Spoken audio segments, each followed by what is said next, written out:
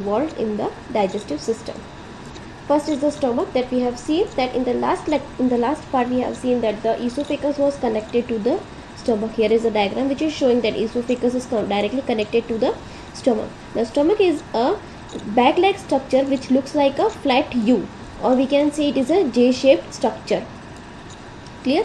So it is, now this stomach is connected towards the small intestine. It means from the upper part it will be connected to the esophagus, and from the lower part it will be connected towards the small intestine.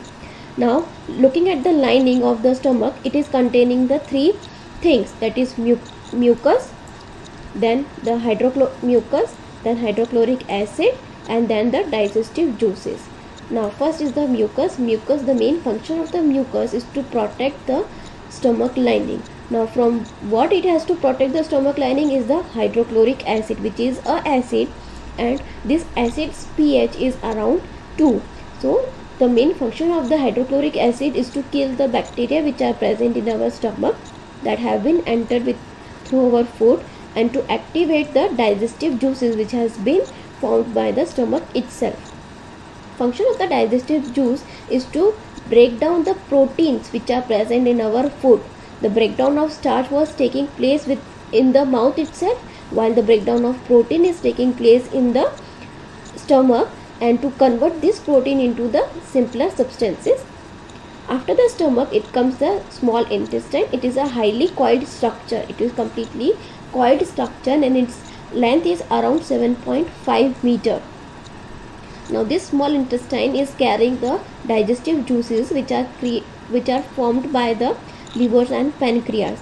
The main function of the small intestine is to break down the carbohydrate into the glucose, fats into the fatty acids, and the proteins into the amino acids. So main process of breaking down of food is taking place into the small intestine. Then comes the liver. Liver is present in our right side upper portion. It is a gland. Okay, we have seen that it is secreting the digestive juices, and it is of reddish brown color. Now it is the largest gland. Please take a note that it is the largest gland of our body. It is containing the digestive juice which we call as a bile juice. This bile juice is stored into the gallbladder. Bile juice is always stored in the gallbladder, which is connected towards the liver itself. Now the main function of the bile juice is to digest the fat molecules which are present in our food, that we have taken the food. So digestion of the fats, or the process of breakdown of fat will be done by the bile juice, which will be created by the liver. Next comes is the pancreas. Now livers are directly connected with the pancreas. The pancreas are also secreting the pancreatic juice, which will be help in the digestion of fats, carbohydrates, and proteins. They are of cream colored structure. Now after the absorption has been completed, after the digestion has been completed, now comes the absorption. It means the food which we have taken in, and after its breakdown, now this food will be taken in the blood vessel, and this process will take place into the small intestine. So here is the structure which showing the small intestine region. This is the villi. Okay, now the villi are the finger like projections. Okay. This villi will help in the absorption of food. Clear? Now why the villi are of this shape? Because to increase the surface area of the intestine. Now the digested food gets into the blood vessel through the villi. So the food which we have taken in will be digested, and after digestion the assimilation will take place, and after assimilation the digested food will enter into the blood vessel. So next comes is the assimilation, means the absorption has been completed, it has entered into the blood vessel. Now this food, broken down food, will be needed by our body in order to make the proteins or the different complex substances which are required for our proper growth and development. So this is called the assimilation. Next comes the large intestine. Large intestine is actually area where the undigested food comes. Clear? So it is a white tube like structure, and it is around 1.5 meter long. Now the main function of the large intestine is to absorb the water and salt from our food, or the undigested food which have passed through. From that food it will absorb the water and the salt. Now the rest of the waste or the undigested food will pass into the rectum, Clear? Now rectum will store the undigested food and it will pass on through the anus to the outside part. Now this is the last portion comes is the egestion. Egestion means to get out or throw out the fecal matter or the undigested food which have been there in our body, and this is done by the anus of our body. Here we have completed the part 3. In the part 4 we will learn the process of digestion in the grass eating animals and in the microscopic animal or the organism like amoeba. Now these grass eating animals, they are known as ruminants. Now why they are called ruminants? Because this organism or this animal will swallow the food at first. Whenever we will give the food to them, they will swallow it, and after that they will chew it later. So these animals are known as ruminant animals. Starting with its digestive system, first organ comes is the rumen.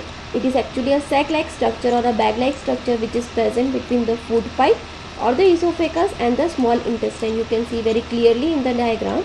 This is the esophagus and this is the rumen and this is the small intestine. So rumen is present in between these two organs. So the animals, they do not chew the food at first, they will just swallow it. So this partly digested food will be stored in the rumen. This partly digested food is known as cud, C-U-D, cud.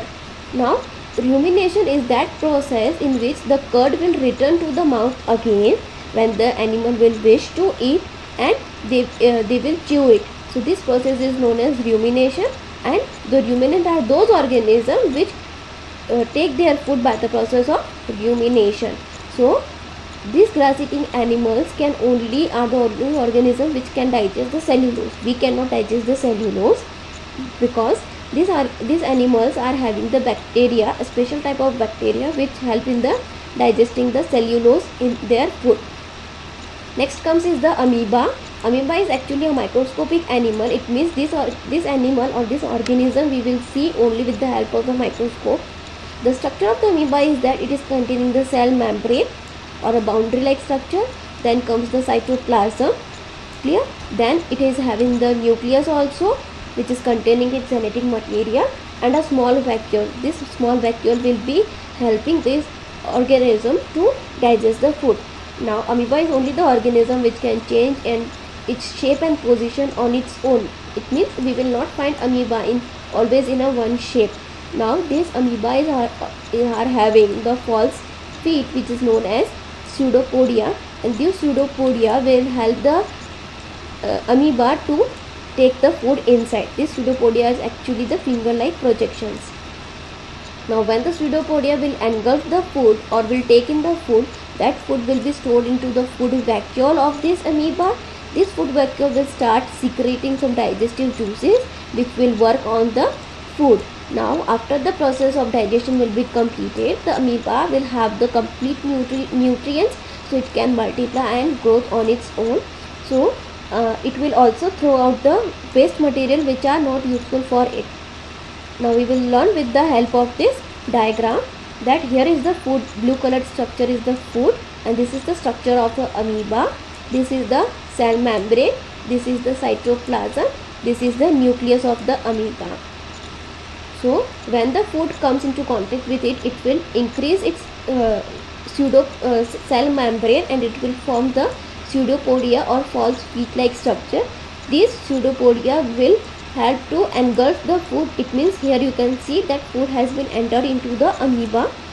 Now after the entering of food, it will enter into the food vacuole, that is the absorption.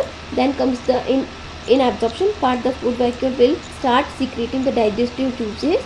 It will digest the food material, and after digestion the assimilation will take place. It means the food that has been digested will be absorbed or it will be used by the amoeba. After the complete process of assimilation will be completed, then comes will the egestion process. It means it will throw out the waste material from its body. So here we have completed the explanation of chapter